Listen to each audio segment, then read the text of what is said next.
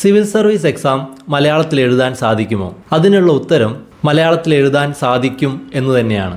പക്ഷേ civil service exam മലയാളത്തിൽ എഴുതാൻ സാധിക്കും എന്നതിൻ്റെ യഥാർത്ഥ അർത്ഥം എനിക്ക് മനസ്സിലാവുന്നത് ഈ വീഡിയോ ചെയ്യാൻ വേണ്ടി ഞാൻ അതിനെപ്പറ്റി കൂടുതലായിട്ട് പഠിച്ചപ്പോഴാണ്. മാത്രമല്ല ആ യാഥാർത്ഥ്യം എനിക്ക് കുറച്ച് ഞെട്ടലുണ്ടാക്കുന്നതായിരുന്നു. എൻ്റെ യൂട്യൂബ് ചാനലിൻ്റെ പ്രധാന ഉദ്ദേശം നിങ്ങളെ സിവിൽ സർവീസ് എക്സാം ഇംഗ്ലീഷിൽ എഴുതാൻ പാകപ്പെടുത്തുക എന്നുള്ളതാണ്. അതുകൊണ്ട് തന്നെ മലയാളത്തിൽ സിവിൽ സർവീസ് എക്സാം എഴുതുന്നതിനെ പറ്റി ഞാൻ അധികം ചിന്തിക്കുകയോ മനസ്സിലാക്കാൻ ശ്രമിക്കുകയോ ചെയ്തിട്ടില്ല. പക്ഷേ എൻ്റെ യൂട്യൂബ് ചാനലിൽ തന്നെ മലയാളത്തിൽ എഴുതാൻ പറ്റില്ലേ എന്നുള്ള കമൻറ്റ് വന്നു തുടങ്ങിയപ്പോഴാണ് ശരിക്കും സിവിൽ സർവീസ് എക്സാം മലയാളത്തിൽ എഴുതുന്നതാണോ അല്ലെങ്കിൽ ഞാൻ കരുതി വെച്ചിരിക്കുന്നത് പോലെ ഇംഗ്ലീഷിൽ എഴുതുന്നതാണോ നല്ലത് എന്ന് ഞാൻ പരിശോധിക്കുന്നത്. നിങ്ങളെല്ലാവരും ചോദിക്കുന്ന ഒരു ചോദ്യം സിവിൽ സർവീസ് എക്സാം മലയാളത്തിൽ എഴുതാൻ പറ്റുമോ എന്നുള്ളതാണ്. പക്ഷേ നിങ്ങൾ ചോദിക്കാത്തൊരു ചോദ്യം, UPSC അഥവാ സിവിൽ സർവീസ് എക്സാം നടത്തുന്ന കമ്മീഷൻ ഈ എക്സാം മലയാളത്തിൽ നടത്തുന്നുണ്ടോ? ആദ്യത്തെ ചോദ്യത്തിനുള്ള ഉത്തരം സിവിൽ സർവീസ് എക്സാം മലയാളത്തിൽ എഴുതാൻ സാധിക്കും എന്നുള്ളതാണെങ്കിൽ രണ്ടാമത്തെ ചോദ്യത്തിനുള്ള ഉത്തരം UPSC സിവിൽ സർവീസ് എക്സാം മലയാളത്തിൽ നടത്തുന്നില്ല എന്നുള്ളതാണ്. കുറച്ചുകൂടെ വ്യക്തമാക്കി പറഞ്ഞാൽ സിവിൽ സർവീസ് എക്സാമിൻ്റെ ക്വസ്റ്റ്യൻ പേപ്പർ ഇംഗ്ലീഷിലോ ഹിന്ദിയിലോ മാത്രമാണ് ലഭിക്കുക, മലയാളത്തിൽ ലഭിക്കില്ല. നിങ്ങൾ ഇംഗ്ലീഷ് വായിച്ച് മനസ്സിലാക്കിയതിന് ശേഷം വേണം അതിന് മലയാളത്തിൽ ഉത്തരം എഴുതാൻ. നിങ്ങൾക്കറിയാമായിരിക്കും സിവിൽ സർവീസ് എക്സാം 3 ഘട്ടമായിട്ട് നടക്കുന്ന എക്സാമാണ്. ആദ്യത്തെ ഘട്ടം പ്രിലിമിനറി സ്റ്റേജ് അല്ലെങ്കിൽ പ്രിലിംസ് എന്ന് പറയും. രണ്ടാമത്തേത് മെയിൻസ്, മൂന്നാമത്തേത് ഇൻ്റർവ്യൂ. ആദ്യത്തെ പ്രിലിമിനറി സ്റ്റേജിൽ നിങ്ങൾക്കൊരു ക്വസ്റ്റ്യൻ തരും. അതിൻ്റെ കൂടെ 4 ഓപ്ഷൻസ് ഉണ്ടാവും. അതിലൊരു ഓപ്ഷൻസ് ABCD ഒന്ന് തിരഞ്ഞെടുക്കുക, അത് OMR ഷീറ്റിൽ കറുപ്പിക്കുക എന്ന പാറ്റേൺ ആണ് ഫോളോ ചെയ്യുന്നത്. ഈ പ്രിലിംസിൽ അല്ലെങ്കിൽ ആദ്യത്തെ സ്റ്റേജിൽ നിങ്ങൾക്ക് പ്രത്യേകിച്ചൊന്നും എഴുതാനില്ല. നിങ്ങൾക്ക് വായിക്കാനും അത് മനസ്സിലാക്കാനും അതിൻ്റെ ഉത്തരം കറുപ്പിക്കാനുമേ ഉള്ളൂ. അതുകൊണ്ട് തന്നെ ആദ്യത്തെ സ്റ്റേജിൽ നിങ്ങൾക്ക് മലയാളം ലഭിക്കുകയേയില്ല. ക്വസ്റ്റ്യൻ ഇംഗ്ലീഷിലായിരിക്കും. നിങ്ങൾ ഇംഗ്ലീഷ് ക്വസ്റ്റ്യൻ വായിച്ച് നിങ്ങളത് മൊത്തം മനസ്സിലാക്കി എന്നിട്ട് വേണം ആ 4 ഓപ്ഷനിൽ ഒന്ന് നിങ്ങൾ തിരഞ്ഞെടുക്കാൻ. അതായത് ആദ്യത്തെ സ്റ്റേജ് അഥവാ പ്രിലിമിനറി സ്റ്റേജ് നിങ്ങൾ പൂർണ്ണമായിട്ടും ഇംഗ്ലീഷിലാണ് എഴുതേണ്ടത്. രണ്ടാമത്തെ സ്റ്റേജ് ആയിട്ടുള്ള മെയിൻസിൽ 9 പേപ്പറാണുള്ളത്. ഈ 9 പേപ്പറും എഴുതാനുള്ള പേപ്പറാണ്. നിങ്ങൾ സിവിൽ സർവീസ് എക്സാമിന് അപ്ലൈ ചെയ്യുമ്പോൾ മെയിൻസ് ഏത് മീഡിയത്തിലാണ് എഴുതുന്നത് എന്ന് ചോദിക്കും. അവിടെ നിങ്ങൾ മലയാളം മീഡിയം എന്ന് കൊടുത്താൽ നിങ്ങൾ പ്രിലിംസ് പാസ്സായി മെയിൻസ് എത്തിക്കഴിഞ്ഞാൽ മെയിൻസ് എഴുതേണ്ടത് മലയാളത്തിലാണ്. അവിടെയും നിങ്ങൾക്ക് ഇംഗ്ലീഷ് ചോദ്യമാണ് ഉണ്ടാവുക. ആ ചോദ്യം വായിച്ച് മനസ്സിലാക്കി അതിന് മലയാളത്തിൽ ഉത്തരം എഴുതുകയാണ് വേണ്ടത്. നിങ്ങൾ ഇംഗ്ലീഷ് മീഡിയത്തിലാണോ മലയാളം മീഡിയത്തിലാണോ എക്സാം എഴുതുന്നത് എന്നത് മെയിൻസ് സ്റ്റേജിനെയാണ് ഏറ്റവും കൂടുതൽ ബാധിക്കുക. മൂന്നാമത്തെ സ്റ്റേജ് ഇൻ്റർവ്യൂ സ്റ്റേജാണ്. ഇൻ്റർവ്യൂ സ്റ്റേജിലും നിങ്ങൾക്ക് ഇൻ്റർവ്യൂ നടത്തുന്ന ആളുകൾ മലയാളികളൊന്നും ആയിരിക്കില്ല. പകരം നിങ്ങൾക്കൊരു ട്രാൻസ്ലേറ്റർ തരികയാണ് ചെയ്യുക. നിങ്ങൾ പറയുന്നത് ഇംഗ്ലീഷിലേക്കും അവർ പറയുന്നത് മലയാളത്തിലേക്കും ട്രാൻസ്ലേറ്റ് ചെയ്യുന്ന ഒരാൾ. ഇതിൽ നിന്ന് നിങ്ങൾക്കൊരു കാര്യം വ്യക്തമായിട്ടുണ്ടാവും, പൂർണ്ണമായിട്ടും ഇംഗ്ലീഷ് അറിയാതെ മലയാളത്തിൽ മാത്രം തയ്യാറെടുത്തുകൊണ്ട് സിവിൽ സർവീസ് എക്സാം എഴുതുക എന്നുള്ളത് അസാധ്യമാണ്. പ്രിലിംസ് എക്സാം പാസ്സാവാൻ വേണ്ടിയിട്ട് നിങ്ങൾക്ക് നല്ല കോൺസെപ്ച്വൽ ക്ലാരിറ്റി വേണം എന്നുള്ളത് കൊണ്ട് തന്നെ നിങ്ങൾക്ക് എല്ലാ സബ്ജക്റ്റിനെ പറ്റിയും ഇംഗ്ലീഷിലുള്ള അറിവ് നിർബന്ധമാണ്. നിങ്ങൾക്കറിയാവുന്ന ഒരു കാര്യമാണ്, ഒരു ഭാഷ കേട്ടാൽ മനസ്സിലാവുന്നതിനേക്കാളും വായിച്ചാൽ മനസ്സിലാവുന്നതിനേക്കാളും ബുദ്ധിമുട്ടാണ് ആ ഭാഷയിൽ തിരിച്ച് സംസാരിക്കുക അല്ലെങ്കിൽ എഴുതുക എന്നുള്ളത്. അതുകൊണ്ട് തന്നെ ഇംഗ്ലീഷിലാണ് ക്വസ്റ്റ്യൻസ് വരുന്നതെങ്കിൽ പോലും നമ്മുടെ മാതൃഭാഷയായിട്ടുള്ള മലയാളത്തിൽ, നമ്മൾ ചിന്തിക്കുന്ന ഭാഷയായിട്ടുള്ള മലയാളത്തിൽ സിവിൽ സർവീസ് എക്സാം എഴുതുന്നത് കൊണ്ട് ഗുണമില്ല എന്ന് നമുക്ക് പറയാൻ പറ്റില്ല. അതുകൊണ്ട് തന്നെ ഈ വീഡിയോയിൽ ഇനി നമ്മൾ ചർച്ച ചെയ്യാൻ പോകുന്നത് സിവിൽ സർവീസ് എക്സാം മലയാളത്തിൽ എഴുതണോ ഇംഗ്ലീഷിൽ എഴുതണോ എന്ന് തീരുമാനിക്കാൻ വേണ്ടിയിട്ടുള്ള മറ്റുള്ള കാരണങ്ങൾ എന്തൊക്കെയാണ് എന്നതാണ്. രണ്ടാമത്തെ ഘടകം, നിങ്ങൾക്ക് സിവിൽ സർവീസ് എക്സാം പഠിക്കാൻ വേണ്ട ബുക്കുകൾ, സ്റ്റഡി മെറ്റീരിയലുകൾ മലയാളത്തിൽ അവൈലബിൾ ആണോ എന്നുള്ളതാണ്. ബേസിക് ആയിട്ടുള്ള സ്റ്റഡി മെറ്റീരിയലാണ് NCERT. കേന്ദ്ര ഗവൺമെൻറ് അവരുടെ സ്കൂളുകളിൽ ഇറക്കുന്ന ബുക്കാണത്.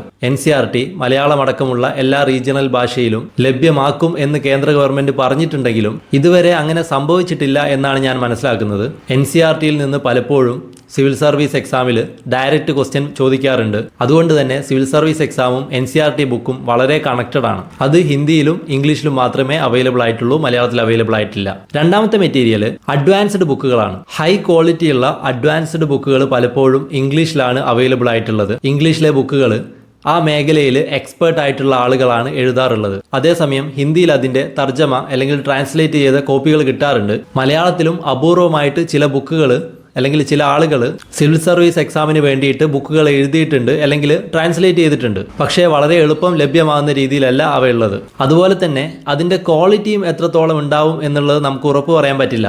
കാരണം മലയാളത്തിൽ ഇത് ട്രാൻസ്ലേറ്റ് ചെയ്യുന്ന കോപ്പികളാണ്, അല്ലാതെ ഇംഗ്ലീഷിനെ പോലെ ആ ഫീൽഡിൽ എക്സ്പേർട്ട് ആയിട്ടുള്ള ആളുകൾ എഴുതുന്ന ബുക്കുകളല്ല. മൂന്നാമത്തെ study material national level news പേപ്പറാണ്. ഹിന്ദു, ഇന്ത്യൻ എക്സ്പ്രസ് പോലെയുള്ള നാഷണൽ ലെവൽ ന്യൂസ് പേപ്പറിൽ നിന്നാണ് UPSC പൊതുവെ കറണ്ട് അഫയേഴ്സ് ചോദിക്കാറുള്ളത്. ആ ന്യൂസ് പേപ്പറുകൾ ഇംഗ്ലീഷിൽ മാത്രമാണ് അവൈലബിൾ ആയിട്ടുള്ളത്.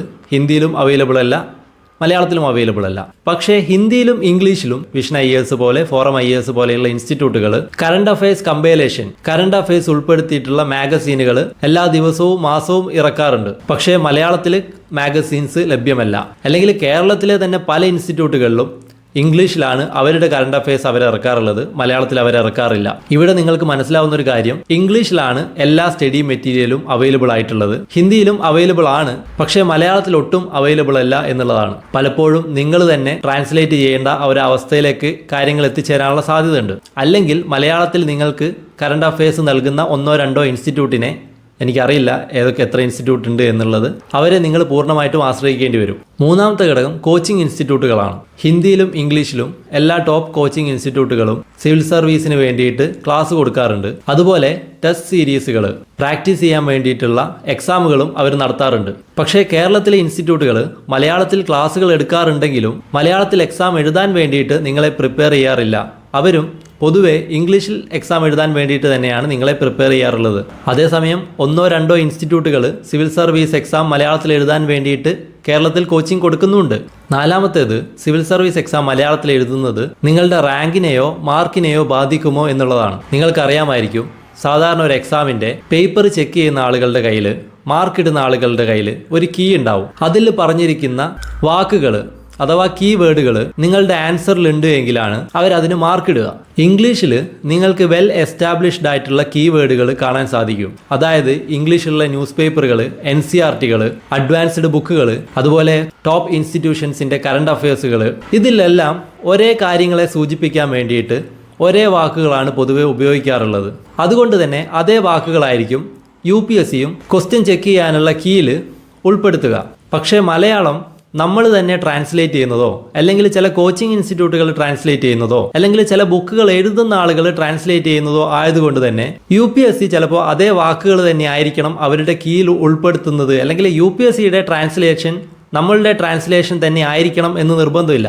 അങ്ങനെ വന്നാൽ അത് നിങ്ങളുടെ മാർക്കിനെ ബാധിക്കാനുള്ള സാധ്യതയുണ്ട്. പക്ഷേ ഈ കീവേഡുമായിട്ട് ബന്ധപ്പെട്ട പോയിന്റ്, അല്ലെങ്കിൽ നാലാമത്തെ പോയിന്റ്, എനിക്ക് 100% ഉറപ്പ് പറയാൻ പറ്റാത്ത, അല്ലെങ്കിൽ ആർക്കും 100% ഉറപ്പ് പറയാൻ പറ്റാത്തൊരു കാര്യമാണ്. കാരണം അത് UPSC അവരുടെ സീക്രട്ടായിട്ട് നടത്തുന്ന കാര്യമാണ്. ടെക്നിക്കൽ വേർഡുകളൊക്കെ പൊതുവെ ഒരേപോലെ ആവാൻ സാധ്യത ഉള്ളത് കൊണ്ട് തന്നെ നമ്മൾ ട്രാൻസ്ലേറ്റ് ചെയ്യുന്ന, അല്ലെങ്കിൽ മലയാളം കോച്ചിങ് ഇൻസ്റ്റിറ്റ്യൂട്ടുകൾ ട്രാൻസ്ലേറ്റ് ചെയ്യുന്ന കീവേഡും UPSCയുടെ കയ്യിലുള്ള കീവേഡും ഒരേപോലെ ആവാനുള്ള സാധ്യതയുണ്ട്.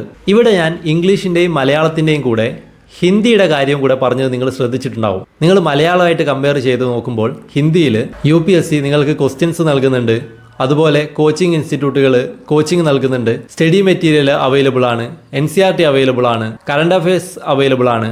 പക്ഷേ എന്നിട്ട് പോലും ഹിന്ദിയിൽ സിവിൽ സർവീസ് എക്സാം എഴുതുന്ന ആളുകളുടെ എണ്ണം കുറയുകയാണ്. എന്തുകൊണ്ട് ഹിന്ദിയിൽ എക്സാം എഴുതുന്ന ആളുകളുടെ എണ്ണം കുറയുന്നു, അല്ലെങ്കിൽ സെലക്ട് ആവുന്ന ആളുകളുടെ എണ്ണം കുറയുന്നു എന്ന് പറഞ്ഞുകൊണ്ട് ഇന്ത്യൻ എക്സ്പ്രസിന്റെ പത്രത്തിൽ വന്ന ഒരു ആർട്ടിക്കിൾ പറയുന്നത് ക്വാളിറ്റിയുള്ള സ്റ്റഡി മെറ്റീരിയൽ കിട്ടാത്തതുകൊണ്ടും കോച്ചിങ് കിട്ടാത്തതുകൊണ്ടുമാണ് സിവിൽ സർവീസ് എക്സാം എഴുതുന്നത് ബുദ്ധിമുട്ടാകുന്നത് എന്നാണ്. ഇത്രയേറെ മെറ്റീരിയൽ ഉണ്ടായിട്ടും ഹിന്ദിയിൽ എക്സാം എഴുതുന്നവരുടെ അവസ്ഥ അതാണെങ്കിൽ, മെറ്റീരിയൽ ഒട്ടും അവൈലബിൾ അല്ലാത്ത മലയാളത്തിൽ നമ്മൾ എഴുതുമ്പോൾ ഉള്ള അവസ്ഥ എന്തായിരിക്കുമെന്ന് നിങ്ങൾക്ക് ആലോചിക്കാവുന്നതേ ഉള്ളൂ. 2023 സിവിൽ സർവീസ് എക്സാം പാസ്സായ 1016 ആളുകളിൽ 42 പേര് മാത്രമാണ് ഹിന്ദി ഉപയോഗിച്ചുകൊണ്ട് സിവിൽ സർവീസ് എക്സാം പാസ്സായിട്ടുള്ളത്.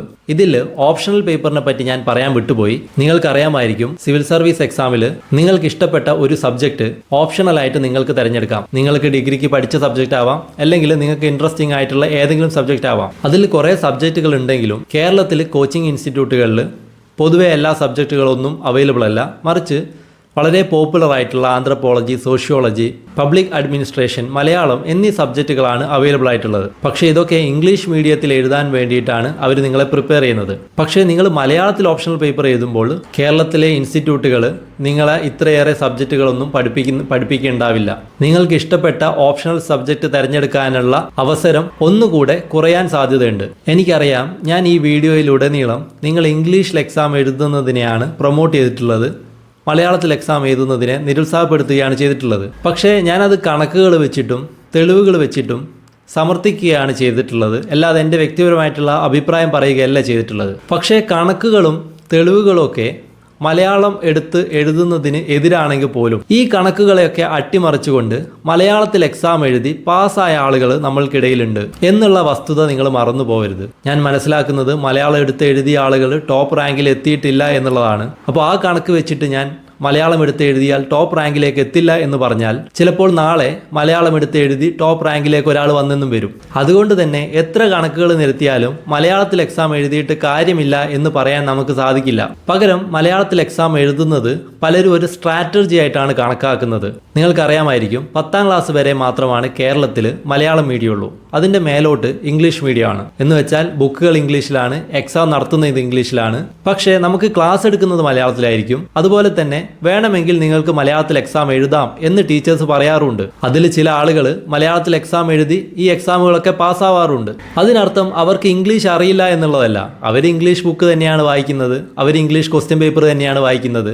പക്ഷേ അവർക്ക് കുറച്ചുകൂടെ എളുപ്പത്തിൽ എക്സ്പ്രസ് ചെയ്യാൻ പറ്റിയ, അവർ ചിന്തിക്കുന്ന ഭാഷയായിട്ടുള്ള മലയാളം ആൻസർ എഴുതാൻ വേണ്ടിയിട്ട് തിരഞ്ഞെടുക്കുന്നു എന്നുള്ളതാണ്. അതുപോലെ സിവിൽ സർവീസ് എക്സാമിനും മലയാളത്തിൽ എക്സാം എഴുതുക എന്നുള്ളത്, നിങ്ങൾക്ക് എളുപ്പം ചിന്തിക്കാൻ പറ്റുന്ന ഒരു ഭാഷയിൽ എക്സാം എഴുതുക എന്നുള്ളത് ഒരു സ്ട്രാറ്റജി ആയിട്ട് നിങ്ങൾക്ക് ഉപയോഗിക്കാവുന്നതാണ്. അതായത് ഇംഗ്ലീഷ് ഒട്ടും പഠിക്കാതെ സിവിൽ സർവീസിന് പ്രിപ്പയർ ചെയ്യാം എന്നുള്ള ധാരണയല്ല, മറിച്ച് അല്ലെങ്കിൽ ഒരു ടെക്നിക്ക് പോലെ ഉപയോഗിക്കുക എന്നുള്ളതാണ്. അതേസമയം നിങ്ങൾ സ്കൂൾ ലെവലിലോ അല്ലെങ്കിൽ കോളേജിന്റെ തുടക്കത്തിലൊക്കെ ആണെങ്കിൽ നിങ്ങൾക്ക് ഏറ്റവും ബെറ്റർ നിങ്ങളുടെ ഇംഗ്ലീഷ് ശരിയാക്കാൻ ശ്രമിക്കുന്നതായിരിക്കും. കാരണം നിങ്ങൾ മലയാളത്തിലാണ് സിവിൽ സർവീസ് എക്സാം എഴുതുന്നത് എങ്കിൽ പോലും നിങ്ങൾക്ക് ഇംഗ്ലീഷ് അറിഞ്ഞിരിക്കണം എന്നുള്ളത് നിങ്ങൾക്ക് മനസ്സിലായിട്ടുണ്ട്. നിങ്ങൾ മലയാളത്തിൽ സിവിൽ സർവീസ് എക്സാം എഴുതണം എന്ന് ആത്മാർത്ഥമായിട്ട് ആഗ്രഹിക്കുന്നുണ്ട് എങ്കിൽ അതിന് നിങ്ങളെ സഹായിക്കുന്ന ചില കോച്ചിങ് ഇൻസ്റ്റിറ്റ്യൂട്ടുകളൊക്കെ കേരളത്തിലുണ്ട്. അവർ ഓൺലൈനായിട്ടും ഓഫ്ലൈനായിട്ടും ഒക്കെ ക്ലാസ്സും നൽകുന്നുണ്ട്. ഞാൻ ഇൻസ്റ്റിറ്റ്യൂട്ടുകളുടെ പേര് പറയുന്നില്ല, കാരണം ഞാനത് റെക്കമെൻഡ് ചെയ്യുന്നത് പോലെ ആകും. പക്ഷേ ഇത്തരം ഇൻസ്റ്റിറ്റ്യൂട്ടുകളിൽ പഠിച്ച് മലയാളത്തിൽ എക്സാം എഴുതി സിവിൽ സർവീസ് പാസ്സായ ആളുകൾ നമുക്ക് മുമ്പിലുണ്ട് എന്നുള്ളത് കൊണ്ട് തന്നെ അത്തരം ഇൻസ്റ്റിറ്റ്യൂട്ടുകളെ നിങ്ങൾക്ക് സമീപിക്കാവുന്നതാണ്. നിങ്ങൾക്ക് യൂട്യൂബിൽ സെർച്ച് ചെയ്ത് കഴിഞ്ഞാൽ അത്തരം ഇൻസ്റ്റിറ്റ്യൂട്ടുകളുടെ പേരും ആളുകളുടെ പേരുകളൊക്കെ നിങ്ങൾക്ക് കണ്ടെത്താവുന്നതേ ഉള്ളൂ. നമ്മൾക്ക് മുമ്പിലുള്ള തെളിവുകൾ പറയുന്നത് കുറച്ച് പേരാണെങ്കിലും മലയാളത്തിൽ എഴുതിയിട്ടും സിവിൽ സർവീസ് എക്സാം ആളുകൾ പാസ്സാവുന്നുണ്ട് എന്നുള്ളത് തന്നെയാണ്. മാത്രമല്ല സിവിൽ സർവീസ് എക്സാമിന്റെ സെലക്ഷൻ പ്രോസസ്സ് എന്ന് പറയുന്നത് വളരെ കോൺഫിഡൻഷ്യലായിട്ട്, അത്യാവശ്യം സീക്രട്ട് ആയിട്ട് നടക്കുന്ന ഒരു പ്രോസസ്സാണ്. അതുകൊണ്ട് തന്നെ UPSC എന്തൊക്കെയാണ് ഉദ്ദേശിക്കുന്നത് എന്നോ അവർ ഏതൊക്കെ ലാംഗ്വേജിന് പ്രാധാന്യം കൊടുക്കുന്നുണ്ട് എന്നുള്ളതോ ആർക്കും 100% ഉറപ്പിച്ച് പറയാൻ സാധിക്കുന്ന ഒരു കാര്യമല്ല. മാത്രമല്ല മലയാളത്തിൽ എക്സാം എഴുതി കുറഞ്ഞ ആളുകൾ മാത്രം പാസ്സാവുന്നത് മലയാളത്തിൽ എക്സാം എഴുതുന്ന ആളുകളുടെ എണ്ണവും കുറവാണ് എന്നുള്ളത് കൊണ്ടും കൂടെയാണ്. അതുകൊണ്ട് തന്നെ നിങ്ങളുടെ വീക്ക് പോയിന്റുകളും നിങ്ങളുടെ സ്ട്രോങ് പോയിന്റുകളും പരിഗണിച്ചുകൊണ്ട് സിവിൽ സർവീസ് എക്സാം ഏത് ഭാഷയിൽ എഴുതണം എന്ന് തീരുമാനിക്കേണ്ടത്, സിവിൽ സർവീസ് എക്സാം പാസ്സാവാൻ വേണ്ട തന്ത്രങ്ങൾ മെനയേണ്ടത് ഒക്കെ നിങ്ങളുടെ തന്നെ ഉത്തരവാദിത്തമാണ്. അതുകൊണ്ട് തന്നെ സ്വയം തീരുമാനമെടുക്കാനുള്ള പ്രാപ്തി സിവിൽ സർവീസ് എക്സാം എഴുതുന്നതിന് മുൻപ് തന്നെ നിങ്ങൾ കൈവരിക്കുക എന്നുള്ളതാണ് നിങ്ങൾ ചെയ്യേണ്ട ഏറ്റവും പ്രധാനപ്പെട്ട കാര്യം. ഈ വീഡിയോയുമായി ബന്ധപ്പെട്ട് നിങ്ങൾക്ക് ഏതെങ്കിലും രീതിയിലുള്ള അഭിപ്രായങ്ങളോ വിമർശനങ്ങളോ ഉണ്ടെങ്കിൽ കമൻ്റ് ആയിട്ട് രേഖപ്പെടുത്തുക.